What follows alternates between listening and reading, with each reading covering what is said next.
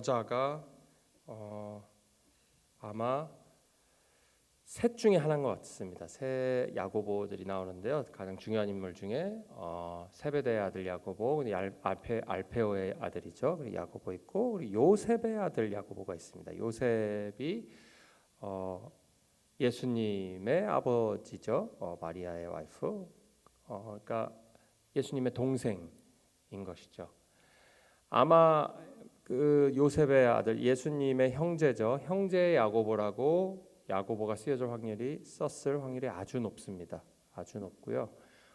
거의 의견이 거의 다른 의견이 없을 정도로 야고보는 야고보는 이 글을 쓴 이 편지를 쓴 야고보는 예수님의 형제입니다. 제가 이 얘기를 왜 드리냐면요, 예수님의 형제 어릴 때부터 같이 봐왔겠죠. 그래서 야고보는 예수님의 가르침이 현실에 아주 잘 녹아서 우리에게 전달해주고 지시를 해주는, 가르쳐주는 책입니다. 야고보서가. 그러니까 현실로 옆에서 예수님을 쭉 봐온 사람으로서 예수님의 생애와 예수님의 가르침을 우리 현실에 어떻게 적용해야 하는지 너무 잘 가르쳐주고 있다는 것이죠. 야고보서는 우리가 얘기하기 촌철살인이죠. 촌철살인. 우리의 삶 속에서 말씀을 보면 촌철살인의 말씀이 너무 많습니다. 굉장히 현실적이고요. 제가 말씀드린 대로. 그래서 야고보서를 많이 읽으시면은 좋아요. 길지 않습니다. 야고보서를 많이 읽으시면 읽을 때마다 참 마음에 많이 잘 와닿습니다. 우리의 언행에 관한 말씀, 그리고 우리 마음의 욕심, 우리가 교회 안에서 어떻게 해야 되는지 이런 현실적인 것을 얘기하고 있죠. 오늘의 말씀은 이 현실에 적용하는 이 말씀, 적용하기 너무 쉽게 이렇게 적어놓은 이 말씀의 시작입니다. 이 삶을 사는 것의 기본적인 파운데이션이라고 말할 수 있겠죠. 물론 그 파운데이션은 믿는 사람들의 마음입니다. 근데 여기서는 이 야고보가 쓴 이유는 모두가 시험을 받고 있기 때문이에요. 그래서 처음에 시험을 받는 것을 온전히 기쁘게 여기라 이렇게 시작을 합니다. 특정한 교회에 보내시는 것이라기보다는 모든 전 세계에 퍼져 있는 디아스포라 크리스천들에게 보내는 걸로 봐서 이게 우리에게 모두가 이제 하나님 보시기에 어떤 특정한 지역에 있는 사람뿐만 아니라 모두가 이제 시험을 겪게 되는 것이죠. 그럼 이 시험에서 무엇이 필요할까요? 그러니까 오늘은 두 가지입니다. 시험의 목적, 우리가 시험을 받는 목적, 그리고 시험에서 우리에게 필요한 것, 이렇게 두 가지를 간단하게 보려고 합니다. 야고보서에 나와 있는 시험의 목적이 뭘까요? 시험의 목적. 우선 무엇보다 시험은 하나님이 우리를 시험하시는 게 아니다라고도 돼 있어요. 악한 마음으로 시험, 템테이션이라 그러죠. 유혹하시는 분이 아니다라고 돼 있어요. 하나님은 유혹을 받지도 않으시고 누군가를 유혹하지도 않으신다. 하지만 시험을 통해서 하시려고 하시는 게 있습니다. 시험도 사용하시는 것이죠. 어려운 일을 통해서 하시려고 하시는 것이 있습니다. 야고보서에 보면은 제가 읽어드리겠습니다.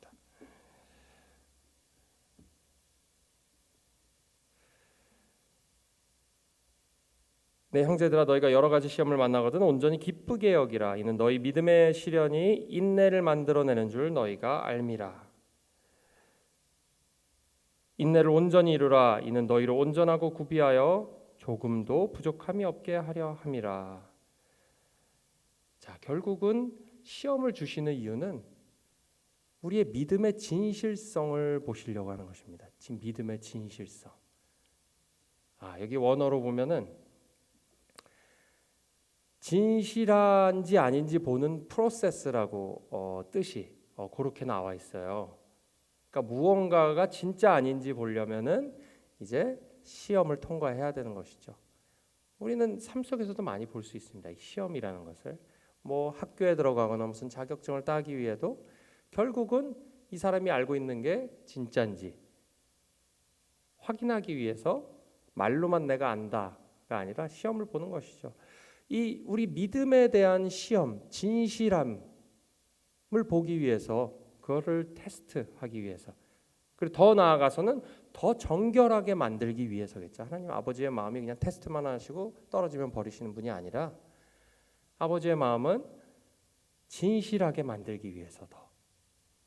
그러면 그 진실하다는 게 믿음이 무엇일까요? 그럼 야고보가 말하는 그 믿음의 진실성은 우선 첫 번째로 의심하지 않는 것입니다. 여기 의심하지 말라고 되어 있습니다. 그럼 의심이라는 게 뭘까요? 의심. 여기서 말하는 의심. 어떤 생각을 가지고 있을까요? 우리 다른 곳에 야고보를 보면 두 마음을 가진 자로다 이렇게 되어 있습니다. 정함이 없는 자다, 두 마음을 가진 자다 이렇게 되어 있습니다. 그리고 이 의심이란 단어를 보면은 어떤 뜻이 들어있냐면요. 물론 확실하지 않아 하고 의심한다는 뜻이 있습니다. 근데 그 뜻 안에는 또 구분하다는 뜻도 있어요. 구분. 이게 무슨 뜻일까요? 구분하다라는 의미가 들어 있습니다. 무엇을 구분하냐? 이 세상에 보이는 것과 보이지 않는 것을 구분하는 삶이에요. 그거 당연히 구분해야 되는 거 아닙니까? 그렇지 않습니다. 우리가 이걸 구분하게 되면은 이제 삶이 꼬이기 시작하는 겁니다. 크리스찬으로서. 계속해서 하나님께서 성경을 통해서 말씀하시는 것은 영적인 삶과 영적인 보이지 않은 것과 보이는 것이 구분되지 않는다는 거예요. 결국은. 왜냐하면은 보이는 것도 하나님이 다 통치하시기 때문이에요. 한 분한테서 모든 것이 나오기 때문이죠. 물론 구분을 아예 안 할 수는 없습니다. 어떤 면에서는 우리가 구분을 하면서 살아가겠죠. 하지만 궁극적으로 우리가 구분한다는 것, 의심한다는 것은 영적인 것, 보이지 않는 것과 따로 그리고 보이는 것을 따로 생각한다는 것이죠. 이것이 의심이래요. 의심. 그리고 왔다 갔다 두 마음을 가진 자라고 합니다. 하나님이 지으신 모든 세계는 영적입니다, 여러분. 모든 창조물에는 영적인 의미가 들어 있습니다. 바울도 그렇게 로마서에서 주창하고 있죠. 목소리 높여 얘기하고 있죠. 그럼 믿는다는 것은 무엇일까요?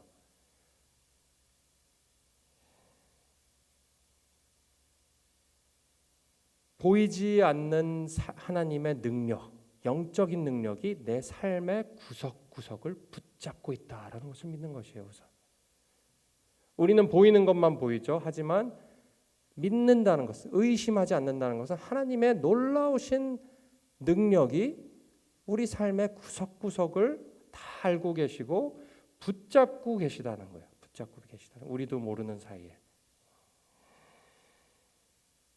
영적인 것과 육적인 것을 구분하지 않는 것입니다. 의심하는 것은. 그러니까 우리가 기도를 하는 것이죠. 기도를 해서 우리가 영적인 것만 받으려고 하는 것이 아니라 육적인 것을 해결하려고 기도하라는, 그것이 하나님의 요구입니다. 너희가 뭐 육적인 것은 육적인 욕망을 얘기하는 게 아닙니다. 여기서 눈에 보이는 것들이죠. 우리가 살아가는데 필요한 것들. 둘이 구분할 수가 없습니다. 우리 몸과 영혼이 하나인 거나 마찬가지죠. 구분할 수 없습니다. 하지만 구분해서 생각해야 될 때가 있긴 하죠. 하지만 궁극적으로 우리는 떨어질 수 없습니다. 이 세상에 살면서 하나인 것이죠. 우리 존재가. 그럼 이걸 우리가 진짜 믿냐는 거예요. 지금 진실성. 우리가 마음속에 진짜 모든 만물과 우리의 구석구석 모든 우리의 일들이 다 하나님이 붙잡고 알고 계시고 붙잡고 계시다는 걸 우리가 정말로 마음속에 믿고 있냐라는 겁니다. 지금 우리가 질문해야 되는 것은 머리로만 내가 그렇지 은혜다가 아니고 내 삶 속에 그렇다면 내가 무엇이 바뀔 수 있나? 내가 정말 이걸 믿는다면은 나의 삶에서 무엇이 바뀌어져야 하는가? 어떤 태도가 바뀌어져야 되는가? 우리에게 질문해야 됩니다. 그것이 믿음의 진실함이고 이것을 지금 야고보가 우리에게 얘기하고 있는 것입니다. 두 마음을 품지 마라. 이것은 파도가 요동치어서 이리저리 왔다 갔다 하는 정함이 없는 자 같다라는 것이 이랬다가 저랬다가 하는 마음이에요. 저희 마음속에 입술로는 믿는다 하면서 마음속으로는 믿지 못하는. 그리고 그걸 믿는다면 우리가 두려워할 것이 없죠. 때론 두려운 마음이 들 때도 있습니다. 하지만 다시 우리가 마음을 잡을 수 있는 것이죠. 마음의 평안이 다시 생길 수 있는 것이죠. 자, 그럼 두 번째는 뭘까요? 두 번째, 우리가 시험 때 필요한 것입니다. 필요한 것이 여러 가지가 있겠죠. 무엇보다 지금 야고보서가 얘기하는 가장 필요한 것은 지혜입니다. 지혜입니다. 성경의 전체를 거쳐서 보면은 지혜는 세상에는 두 종류의 사람이 있습니다. 바로 지혜를 마음에 듣고 행하는 사람, 그리고 지혜를 듣지 않고 멸시하는 사람, 이렇게 되어 있습니다. 지혜를 마음에 듣고 지혜가 있는 사람은 머리에 아름다운 관을 쓴 사람 같다고도 묘사가 되어 있고요. 우리 목에 금사슬을 맨 사람과도 같다고 되어 있습니다. 반대로 지혜가 없는 사람은 미련한 사람이라고 되어 있죠. 여기서 근데 사실 더 중요한 게 되어 있습니다. 항상 지혜는 그냥 어떤 force나 어떤 힘이나 어떤 형이상학적인 어떤 모호한 것으로 묘사되어 있지가 않아요. 이게 재밌습니다, 여러분. 성경의 잠언을 가셔도 또 어떻게 묘사되어 있냐면요, 지혜라는 것이 마치 사람인 것처럼 묘사가 되어 있습니다. 지혜가 외치는 소리를 들으라. 지혜가 너희에게 퍼블릭 스페이스에서, 스트릿에서 외친다라고 되어 있습니다. 지혜가, 우리가 이 필요한 지혜는 시험 때 사람의 지혜예요. 지혜가 사람이 된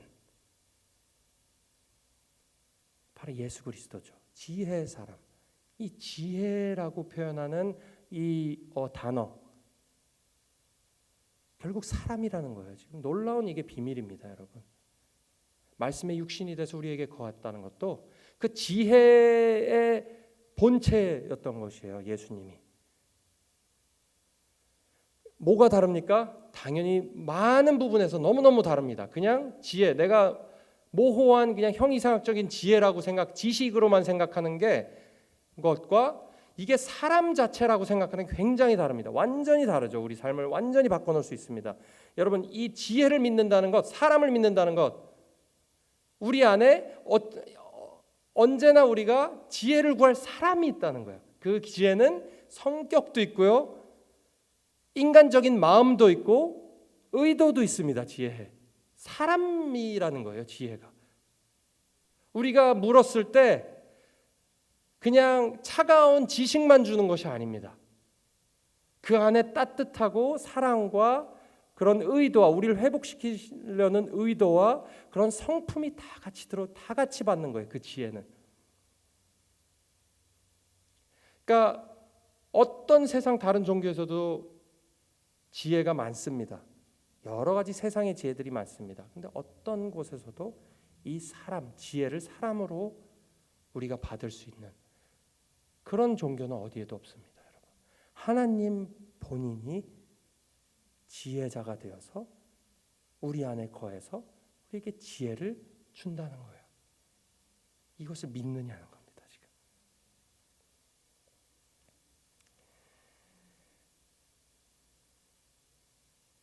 이 지혜, 사람으로 묘사되어 있는 이 지혜를 가진 사람에게는, 아니죠, 제가 잘못 얘기했습니다. 가진 사람이 아니라 이 지혜자는 어떤 것을 가지고 있냐가 더 맞겠죠. 그것을 우리가 가진 거죠. 이 지혜자에게 예수 그리스도가 우리에게 어떤 예수 그리스도가 어떻게 묘사돼 있을까요? 여러 가지로 볼 수 있겠지만 세 가지 정도로 빠르게 표현해 보겠습니다. 제가 성경으로 알 수 있습니다. 모략이 있는 사람입니다. 모략. 이 지혜자가 우리를 믿었을 때 우리에게 지혜를 주시는 사람이 어떠신 분이냐? 모략이 있는 사람이라고 나와 있습니다. 모략이 뭐죠? 분별하고 가이던스, 인도하는 지혜가 있는 사람입니다. 해야 할 것, 하지 말아야 할 것을 분명하게 알고 있는 사람이에요. 그리고 어떤 길로 가야 될지 가이드할 수 있는 사람입니다. 잠언에 이렇게 나서 아무리 어리석은 자도, 아무리 멍청하고 아무것도 모르는 자도 이 지혜자가 마음속에 있으면은 슬기로운 자로 변할 것이다 라고 돼 있어요. 이 지혜자만 있으면 내 마음속에 어떤 시험 속에서도 멍청한 사람도 어리석은 사람도 단번에 슬기로운 자가, 분별하는 자, 그 갈 길을 아는 자로 탈바꿈한다는 것입니다. 이 지혜자만 안에 있으면. 두 번째는 복 있는 사람이죠. 이 복 있는 사람은 형통한 사람이에요. 시냇가에 심은 나무가 다 아시죠? 시냇가 옆에 심은 나무가 항상 목마르지 아니하고 그 잎이 마르지 않는다.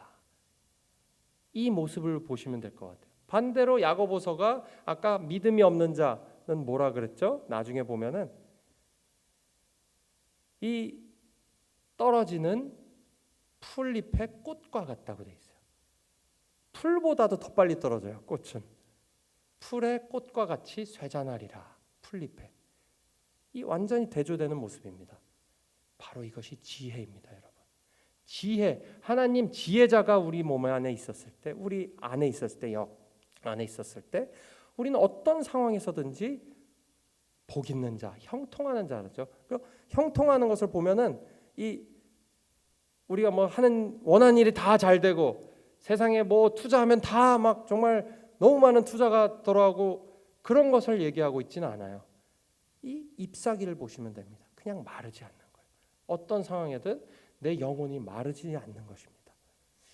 버틸 수 있는 힘이 있는 것이고 그 안에 기쁨이 있는 것이고 언제나 힘이 있습니다. 영광이 있죠.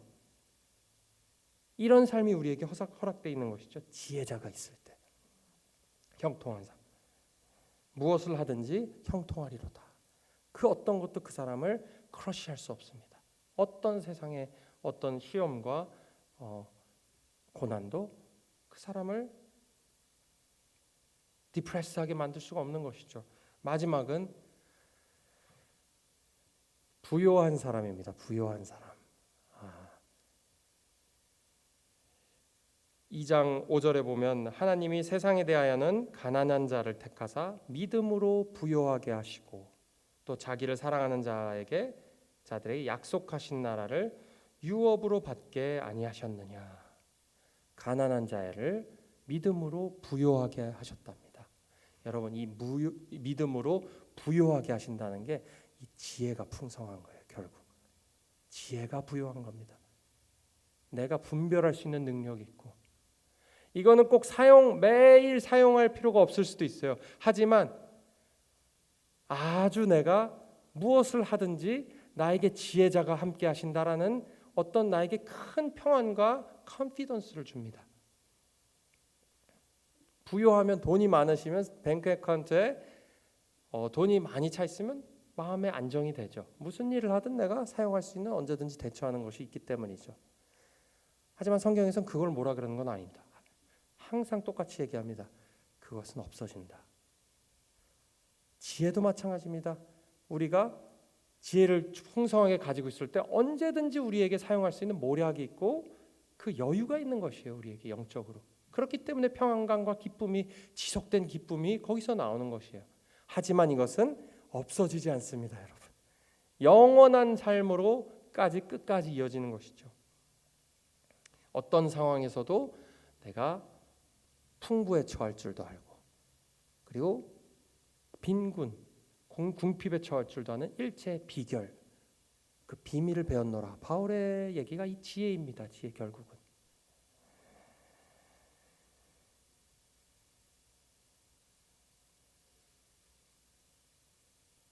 결국은 기쁨과 인내 상황 속에서 시험을 만났을 때 기뻐할 수 있고 우리가 인내할 수 있는 것은 결국 이 지혜의 사람이 우리 안에 있기 때문입니다. 지혜의 사람. 그리고 하나님이 약속하신 나라, 유업으로 받게 하신다는 그 나라는 그 지혜의 왕이 통치하는 나라입니다. 지혜가 충만한 나라예요. 지혜가 차고 넘치는 나라입니다. 모두가 그 지혜를 공유하고 그 지혜를, 왕의 지혜를 기뻐하고 그 왕의 지혜를 통해서 prosper하는 그런 나라가 하나님께서 약속하신 나라의 한 모습이에요. 그 나라, 영원히 살게 된 그 나라를 우리가 지금부터 살 수 있다는 것이 이 메시지입니다. 오늘은. 그래서 오늘 이 아침에 여러 가지 시험을 만나거든 너희가 기뻐하고 인내할 수 있는 이유는 우리의 지혜자가 그냥 단순히 지식이 아니라, 그래서 우리가 지식으로 그냥 받아들이고 끝나는 것이 하나님께서 말하는 그 말씀의 지혜가 아니란 이유가 여기 있습니다. 지혜자가 있기 때문이다. 지혜자, 단순한 지혜가 아니고 우리에겐 지혜자가 있고 우리는 물어봐야 되겠죠. 내가 그 지혜자를 얼만큼 내 삶 속에서 믿고 있나? 그 지혜자를 통해서 나의 모든 것이 인생이 바뀔 수 있다라는 것을 내가 진실로 마음속에 믿고 있냐 없냐에 따라서 나의 인생은 완전히 뒤바뀔 수 있습니다. 기도하겠습니다. 제가 하나님, 여러 가지 힘든 일이 끊임없이 우리 삶에 있습니다. 관계의 문제, 재정적인 문제, 여러 가지 우리가 예상하지 못한 때에 예상하지 못한 방법으로 우리를 힘들게 하고 우리를 위협하는 여러 가지 걱정과 근심, 우울함, 그런 것들이 우리의 삶 속에서 많습니다. 하지만 그 가운데 하나님께서 우리에게 믿음을 허락하시고 선물로 주시고 또 지혜의 본체이신 예수 그리스도를 우리에게 허락하셨으니 우리가 그것을 믿기를 원합니다. 우리가 어찌할 바를 모르고 어떻게 해야 될지 모를 때 지혜자 되신 주님께서 우리의 모든 일을 분별하는 능력 주시고 분별하여 주시고 우리의 앞길을 인도하여 주시옵소서. 어떻게 이것을 헤쳐나가야 될지 우리가 모를 때가 있습니다. 하지만 우리에게 좋은 목자 되시고 우리의 지혜의 목자 되신 주님께서 우리의 앞길을 인도하여 주시옵소서. 지혜 주시고 기쁨 주시고 인내할 수 있는 마음 주시고 무엇보다 우리에게 믿게 하셔서 주님을 강하고 밝게 분명하게 나타내어 주셔서 믿게 하여 주시옵소서. 믿지 못하는 우리의 연약함을 아버지 불쌍히 여겨주시고 지혜자를 믿음으로 우리가 이 험난한 세상을 살아갈 때 평안하고 기쁨이 넘치는 그 메마르지 않는 잎사귀와 같은 그런 삶 살 수 있도록 주님 축복하여 주시옵소서. 예수 그리스도의 이름으로 기도드리옵나이다. 아멘.